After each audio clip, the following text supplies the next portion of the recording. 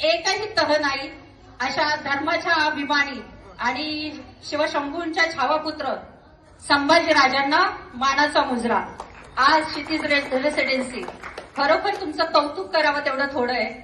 मगाशी दादाचं पण स्पीच ऐकलं मी, तर दादानं इतक्या छान पद्धतीनं आपल्याला समजावून सांगितलं की संभाजीराजे, शिवाजीराजे आणि फिल्म तुम्ही नक्की पहा सांगितलं दादानी. त्यातला शॉट कुठला कसा आहे हे सांगितलं. म्हणजे आजच्या ह्या छोट्या पिढीला खरोखरच तुम्ही चांगले संस्कार करताय. त्यामुळे क्षितिज रेसिडेन्सीत मी गेल्या वर्षी पण आले होते, त्यावेळेचे सुद्धा कार्यक्रम तुमचे पाहिले आणि आत्ताचेही मी कार्यक्रम पाहिले.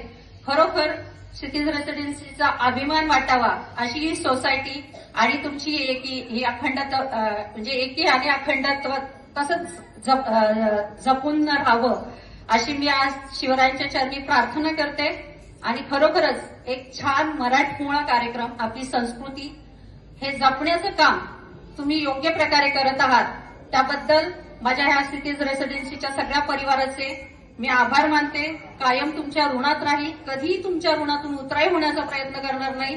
कारण की एक घरगुती वातावरण काय असतं हे तुमच्यात आल्यावरती कळतं. जेव्हा आपण फक्त मी येऊन उभी राहते तेव्हाही सगळ्या माझ्या महिला पाहून सगळ्या इतक्या पटकन एकत्र येत आहेत. खरंच तुमची एकी पाहून खूप छान वाटतं.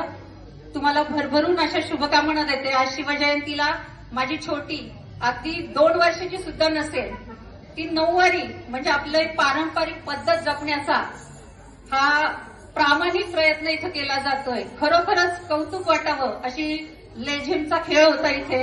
त्यामुळं पुन्हा एकदा या शिवजयंतीच्या शिवमय शुभेच्छा तुम्हा सगळ्यांना देते.